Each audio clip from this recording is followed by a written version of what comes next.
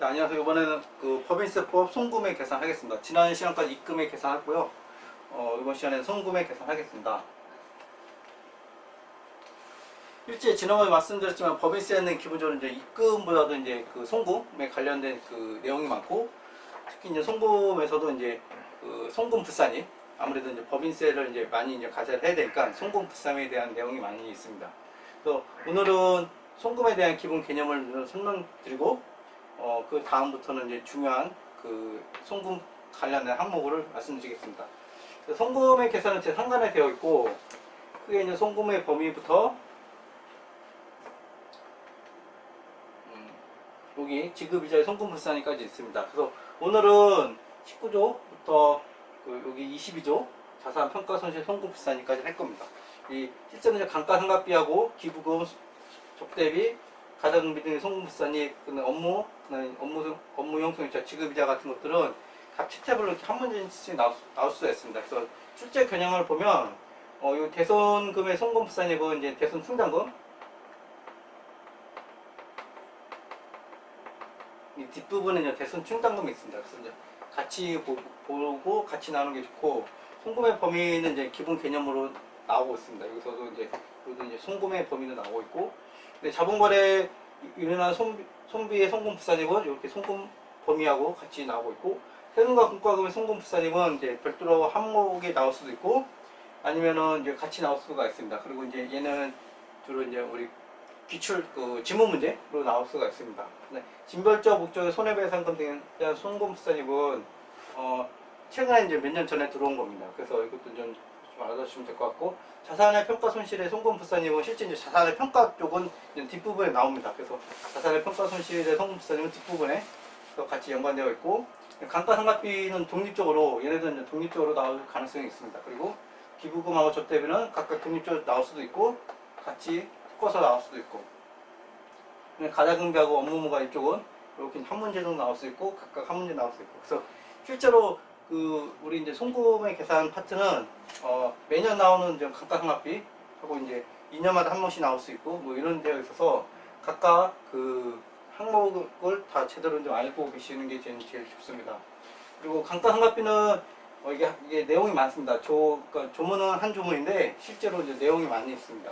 그 다음에 모든 회사들이 이제 우리 세무조정하는 가능성이 이제 가장 높은 데가 이제 감가상각비고, 그래서 여기까지 오늘 하려고 그랬었는데 양이 이제 많아져서 제가 이제 22조로 이제 끊었습니다. 그래서 22조로 먼저 전반적인 걸 설명해드리고, 다음에 23조 하고 이런 식으로 이제 할 겁니다. 그래서 송금증은 중요하니까 이게 좀 자세히 할 예정입니다.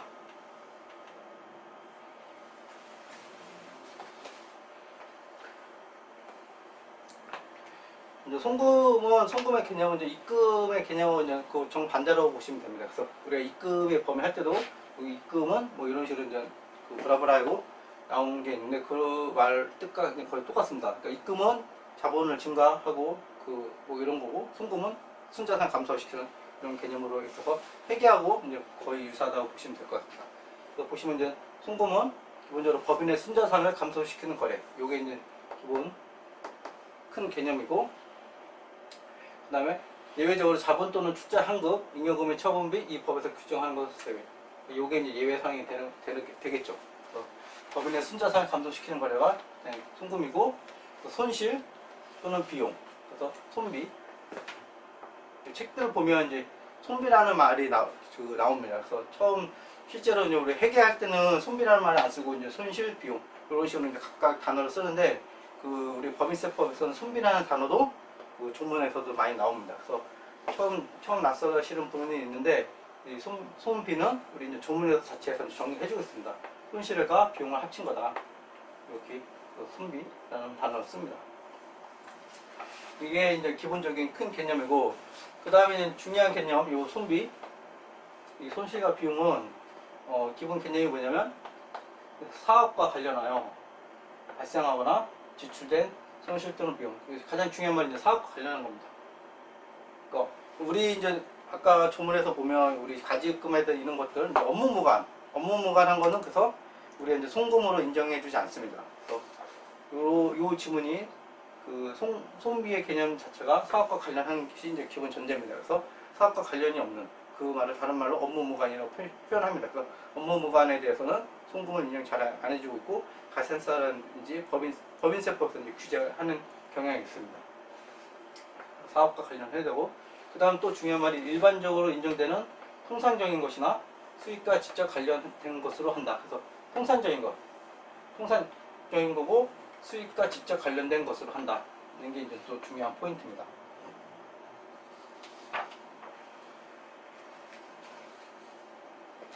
그래서 이제 통상적인 비용은 이 통상적인 거하고 이제 그 직접적인 건데, 이 통상적인 거는 내 법인, 우리 이 통상적인 건 소득세에서 나오는 통상적인 거하고 의미가 거의 비슷합니다.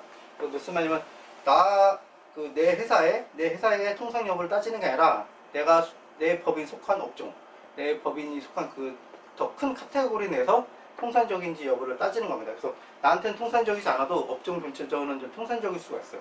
그런 거는 이제 통상적인 것이 되는 겁니다. 이 개념은 우리 이제 일반적으로 보시면 이제 일반적으로 인정되는 통상적인 거. 그래서 이 단어가 이제 들어간 이유가 나 법인 특정이 아니라 일반적으로 인정되는 통상적인 것이나 수익과 직접 관련된 것으로 한다. 이런 게 있습니다. 그래서 이런 것들의 이제 개념을 물어보는 지문 출제 문제도 있습니다.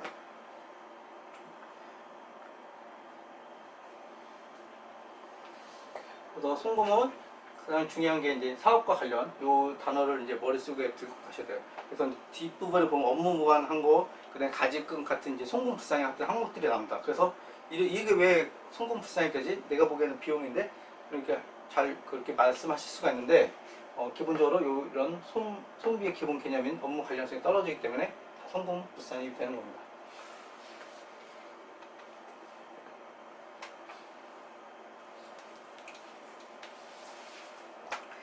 이제 법령, 우리 법인세 시행령 19조에서 이제 송금의 범위에 대해서 자세히 항목별로 나오고 있습니다. 손실 또는 비용을 이제 손비를 하고 있고, 또 제가 이제 여전히 말씀드리지만 이제 밑줄 친 거는 시험 문제에 나왔던 거나든지 제가 이제 강조드리는 겁니다. 그래서 손비 쪽에서 중요한 거는 이제 우리 판매 수당 및 판매 관련된 부대 비용에서 판매 잔여금, 판매 수당의 경우 사정 약정 없이 지급하는 경우를 포함한다. 사정 약정 없이 그러니까 기본적으로 이 말이 있어서 여러분들 헷갈리시는데, 그냥 약정과 관계없이, 그래서 판매 잔여하고 판매 수당의 경우는 우리 손비에 관련된 통상적이거나 직접 수익과 관련된 거라면 다 인정해준다. 이렇게 보시면 될 것 같습니다. 이게 이제 왜 가르쳐서 들어왔냐면, 예전에는 약정된 것만 우리가 손비로 인정해줬는데, 이게 이제 소송을 거는 거예요. 어떤 법인 내에서 소송을 걸어서 사전 약정 없이 한 것도 송금으로 인정해달라 해서 대법원까지 가서 대법원에 가서 그 법인이 이긴 거예요. 사전 약정 없이도 한 것도 송금이다. 대법원이 해서 이 법 조문을 이제 바꾼 겁니다. 그래서 그게 이제 가로쳐서 들어온 거예요. 그래서 이런 것들도 이제 시험 문제에 나오는 것들입니다. 그다음에 인건비. 인건비는 주로 이제 중소기업, 중기업으로 이제 한정하는 거고, 인건비 중에서도 이제 해외 법인에 이제 파견된 임원 인건비를 이제 포함한다. 그러니까 국내 법인에 대한 인건비는, 국내 직원은 당연히 이제 우리 인건비를 포함할 거고, 그럼 우리가 이제 해외 법인 주재원으로 나간 회사, 주재원으로 나간 경우 이제 국내 법인에서 이제 부당하는 경우, 이런 것들이 있습니다. 그런 경우는 송금으로 인정해줄 거냐 안 할 거냐를 했는데, 그런 거에 대해서 이제 설명을 해주는 겁니다. 중소하고 중견 기업으로 한정한다. 이게 있습니다. 아까 이제 우리가 법인세에서 이제 큰 테마 중에 또 하나가 또 인건비 관련해서도 이제 중요한 게 있습니다. 인건비 관련해서도 우리가 이제 잉여금 처분해서 우리가 이제 상여 같은 걸 줄 수가 있는데, 그런 것들하고 이런 지방 인건비, 이제 해외 법인 주재원으로 나간 때에 대한 인건비에 대해서 송금을 어떻게 할 거냐. 그래서 인건비는 하나의 테마로 묶어서 여러분들이 각 조문에 나온 것들을 정리해서 하나로 카테고리에서 나중에 이제 정리하셔야지 시험 문제 풀기에 수월할 수가 있습니다. 그 다음에 이제 해소할 수 없는 부가가치세, 매출세액 미수금, 해소할 수 없는 거를 하고 있고, 그 다음에 근데 대손세액 공제를 받지 않는 것을 한정한다. 그러니까 대손세액 공제를 받았으니까 이중적으로 우리가 대손세액 공제도 봐주고, 그 다음에 이제 송금도 이제 2번 우리가 이제 법인이 혜택 받으니까 대손세 공제를 받지 않는 거에서 한정하는 겁니다. 이게 그 의미입니다. 그래서 기본적으로 법인세법은 제가 이제 첫 시간에 말씀드린 것처럼 가세당근 이제 세금을 이제 많이 그냥 가져가려고 그 조문을 많이 만들었어요. 그래서 이제 그 하나하나씩 보시면 그래서 이런 것들을 찾아서 그러니까 이중과세 목적인 것들은 이제 숨겨져 있고 자기네들이 법인들이 이중으로 이제 혜택을 볼 수 있는 것들은 찾아서 법조문을 다 이렇게 들어가다고 보시면 됩니다. 그래서 이런 것들은 이중으로 이제 법인에서 손비 비용을 인정받지 못하게 해주려고 대손세액이 공제받지 아니한 것을 한해서만 우리가 손비를 인정해 주는 겁니다.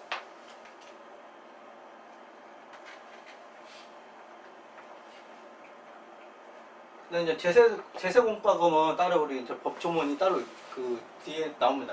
제세공과금 그쪽에서 다시 또 자세히 나오고 있고, 그다음에 영업자가 조직한 단체로서 법인이거나 주무관청에 등록돼 조합 또는 협회에 지급한 회비, 이것도 이제 보시면 영업자가 이제 우리 법인 그런 관련된 단체가 보시면 이제 등록된 조합이나 협회에 지급한 회비. 그래서 이제 무자격 뭐 이런 데나 아무데나 이제 회비를 준 거에 대해서는 송금을 인정해 주는 거 아니고 이런 관리되는 데에서 그 협회에 지급한 회비만 우리가 송금으로 인정해 주는 겁니다. 그래서 이런 것도 이제 우리가 이제 그 가세를 줄이려고 그 뭐 위장 단체 같은 거 만들어서 그 법인들이 이제 그 비용을 그 할 수가 있습니다. 이런 걸 많이 해서 이제 비자금도 만들고 이런 걸 많이 합니다. 그래서 이런 것들로 이런 분명하게 해놓은 겁니다. 분명히 관리하는 것만 우리가 송금으로 손비를 인정해 주겠다.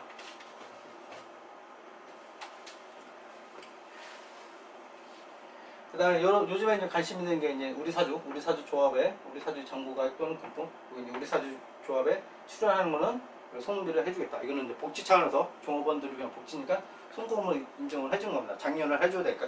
이거는 뭐 손비를 인정 안 해주면 회사에서도 잘 안 해주잖아요. 그래서 이제 잘 해주기 위해서 이것도 손비로 인정해 주는 겁니다. 정책적으로 이제 들어가는 거겠죠.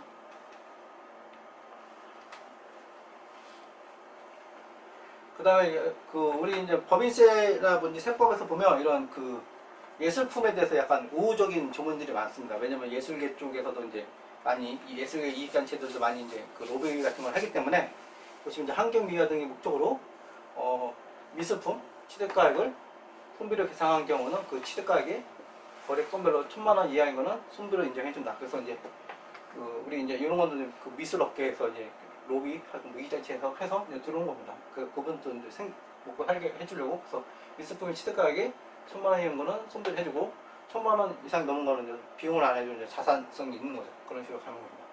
그다음에 광고 선정 목적으로 기증한 물품의 구입 비용 이 경우에는 연간 5만원 이내의 금액을 한정한다. 개당 3만원 이하의 물품 제한. 이렇게 이제 특정인에게 해서 특정해서 이거는 이제 그 비자금이라든지 뭐 이런 식으로 이제 갈 수가 있기 때문에 금액을 한도를 정해주는 겁니다.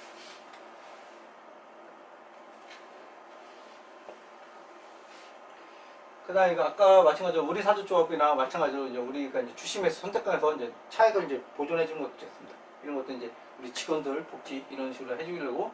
그 다음에 그 현금의 그 문제도 있고 주식으로 줄 수도 있기 때문에 그런 비용도 우리가 이제 손비로 인정해 주는 겁니다. 전칙적인 목적으로 해주는 겁니다.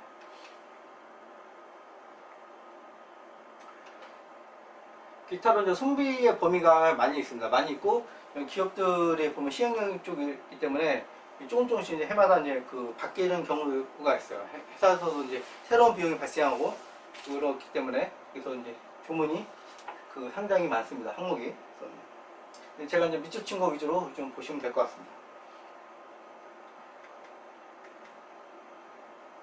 다음은 대손금 보겠습니다. 대손금. 그 대손금은 그 여러분들이 이제 아시다시피 이제 우리가 이제 그 채권이죠, 채권. 채권에 대해서 이제 해승수가 불로 이 되면 우리가 이제 미해수가 확실하다 그러면 이제 우리가 대손 그 채권을 없애주고 손실 잡죠, 손실. 요걸 말합니다. 그래서 대손금을 우리가 이제 그 손비로 인정을 해주고 일부는 인정 안 해주는 것들이 있습니다. 그래서 그 대손금의 송금 부산이 내용을 하고 있습니다. 네, 대손금 계속 보겠습니다. 그래서 대손금은 그래서 이제 여러분들 이제 채권 중에서 이제 보시면 채무자의 파산, 회수할 수 없는 채권의 금액을 대손금을 하고 이제 우리가 이제 부릅니다. 그러니까 해소할 수 없는 채권을 이제 대손금이라고 부르고 있고, 그 다음에 이런 대손금은 우리가 송금에 산입을 합니다. 근데 이제 크게 이제 대손금을 산입하는 방법이 이제 기본적인 개념, 이거 설명 쭉쭉 나올 테지만 크게 이제 신고 조정하고 결산 조정이 있습니다. 이 결산 조정이라는 거는 이제 회계상으로 그 회계상 인식한 것 중에서 이제 해주는 겁니다. 회계상 인식한 것에서 이제 세무에서 인식을 해주는 거고, 신고 조정이라는 거는 실제 사유가 이제 발생한 거죠. 사유가 발생했는데 회계에서 인식을 이제 회계 처리 안 한 거예요. 회계 처리 안 한 거로 하더라도 우리가 세무 조정에서 반영할 수가 있는 거예요. 이게 이제 신고 조정인 거고, 결산 조정은 이 회계상 인식한 게 이제 기본 전제입니다.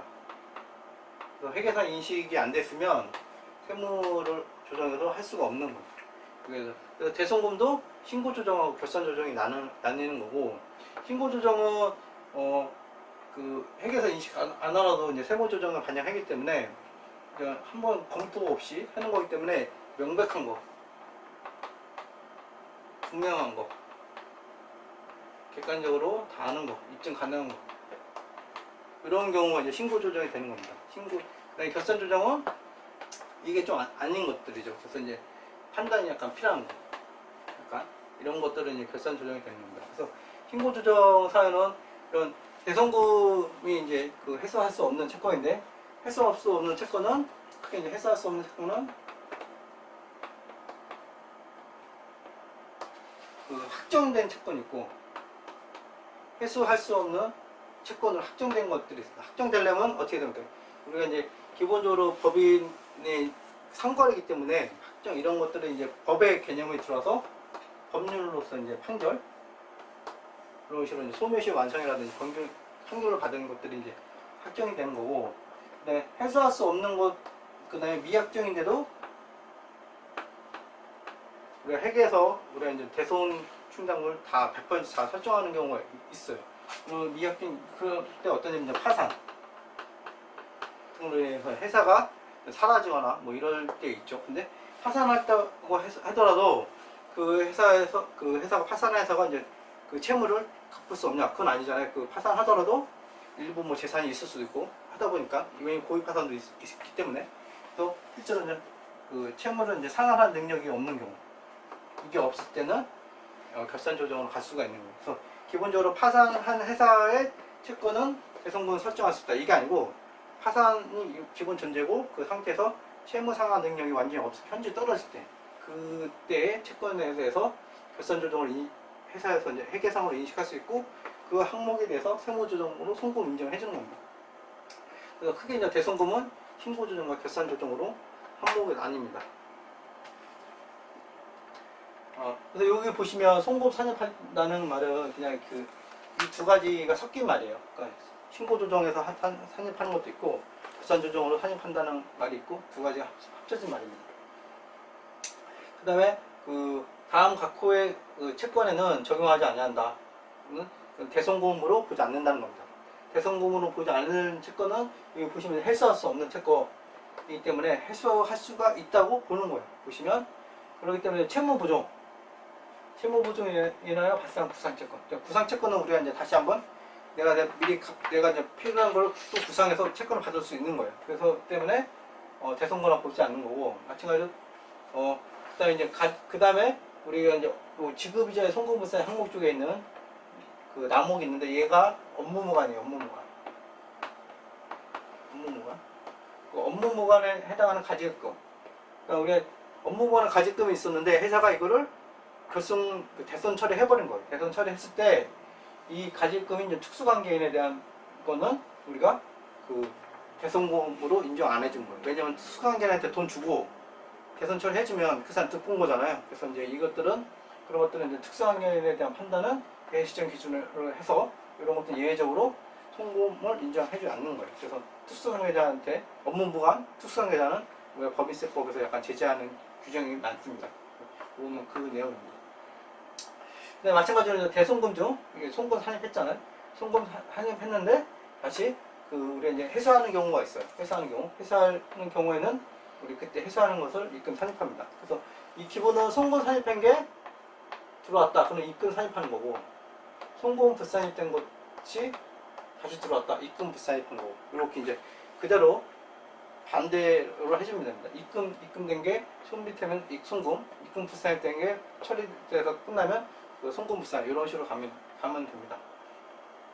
그럼 이제 우리가 이제 대송금이라는 거는 요 아래 보시면 이제 대송금을 장부에서 떠잖아요. 떠는데 채권이 예를 들어서 좀 10,000원 있는데 얘를 이제 장부에서 다 10,000원을 제거하게 되면 영으로 해서 이제 관리하게 되면 만약에 이 채권이 이제 들어올 수가 있잖아요. 들어올 수 있으면 이 채권이 어떤 채권을 우리가 들어왔는지 알 수가 없잖아요.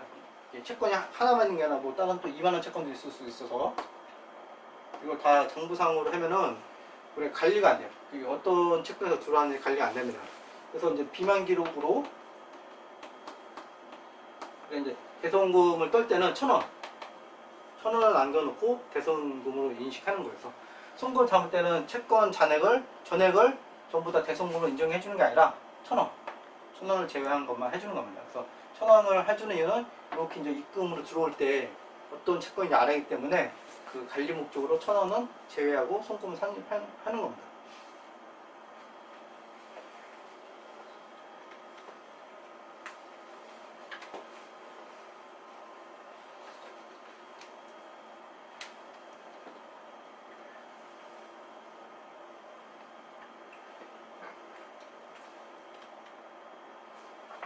그래서 실제로 이제 법인세 그 19조 2에 대송금의 송금불산임은 간단하게 되어 있어요.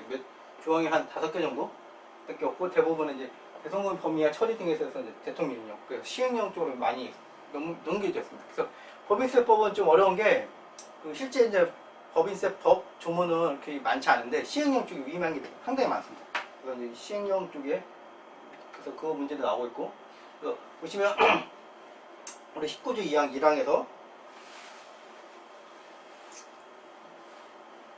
이제 채권 중 채무자의 파산 등 대통령이 정하는 사유로 해소할 수 없는 채권에 대해서 정의가 들어오는 거예요. 채무자의 파산 등 대통령으로 정하는 사유로 해소할 수 없는 채권은 무엇이냐 보시면 이제 상법 그 법에 의해서, 그러니까 이거 해소할 수 없는 경우가 이제 그 아까 제가 말한 거 확정 해소할 수 없는 게 확정된 채권 법에 의해서, 그다음에 이제 그 확정 미확정 채권 두 가지 크게 나눕니다. 그래서 이런 것들은 확정된 거예요. 법률 소유가 소멸시효가 확정된 거. 그래서 이런 것들은 신고 조정으로 할 수가 있는 거예요.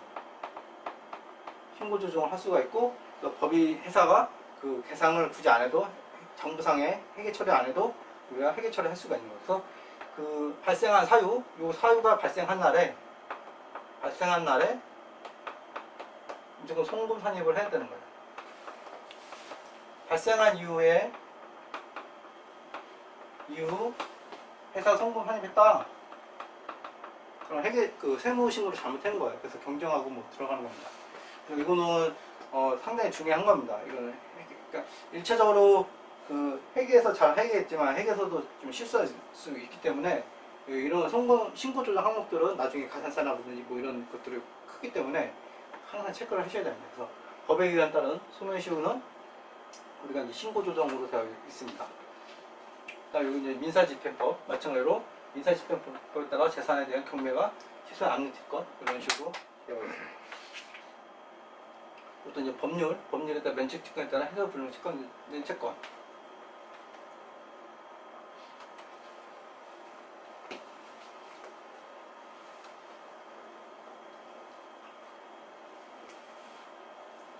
네, 보시면 이제 8호 보시면 이제 채무자 파산, 강제집행, 집행, 형해집행, 사업의 폐지, 사망 실종 또는 행방불명으로 해소할 수 없는 채권.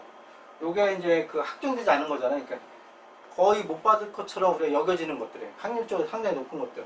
확률적으로 높은 것들이기 때문에 얘에 대해서는 이런 해소할 수 없는 채권이 하나가 더 있어요. 이 이벤트하고 플러스 해소 가능성이 진짜 없어야 되는 거예요. 이벤트하고 요 두 이벤트가 같이 합쳐진 거지만 되는 거예요. 보시면 해소할 수 없는 채권. 요 말의 의미가 단순히 파산된 회사의 채권은 대손을 잡는다 이게 아니고 우리가 해수할 수가 없어야 되는 거예요. 이게 증명이 판단이 돼야 되는 거예요. 그래서 이것들은 법률에 확정된 게 아니고 미확정된 거예요. 미확정. 네, 부도 발생일로부터 6개월 이상 지난 수표 또는 엄상의 채권 외상 매치고. 근데 중요한 건 중소기업의 외상 매치금으로 부도 발생이 이전의 것으로 한다. 이게 이제 중요한 말이죠. 네, 마찬가지로 저당권이 설정되어 있는 거는 저당권 있으면 저당권 그냥 실행하면 되니까 대손금이 아니잖아요. 이것도 마찬가지예요. 아까 우리 이제 그 구상 채권하고 비슷한 의미입니다.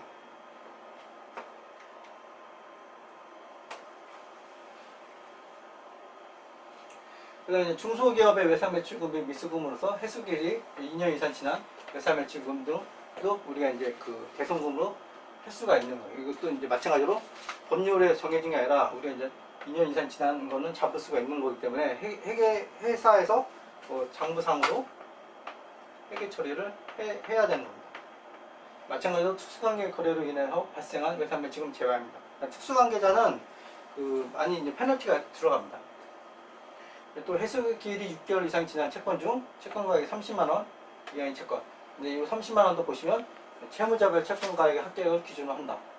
이 말이 없으면 막 쪼개면 되잖아요. 쪼개면 채권을 쪼개서 받으면 대손으로 처리할 수 있고 그러면 상대방하고 비자금이라든지 이런 분식하고 할 수가 있기 때문에 이 채권 가액, 채무자별 채권 가액의 합계액을 기준으로 합니다. 그래서 이것들은 뭐 상식적인 거 여러분들이 약간 이제 조세 전략이라든지 이런 걸 생각하면 조세 전략의 기본은 쪼개는 거예요. 쪼개는 거고 거래를 복잡하는 게 조세 전략입니다. 이런 것도 이제 국세청이 이미 다 알고 있기 때문에 웬만하면 이제 합치는 거예요. 합쳐서 합계액을 기준으로 하면은 문망을 못 들어가니까 이렇게 이제 해보겠습니다.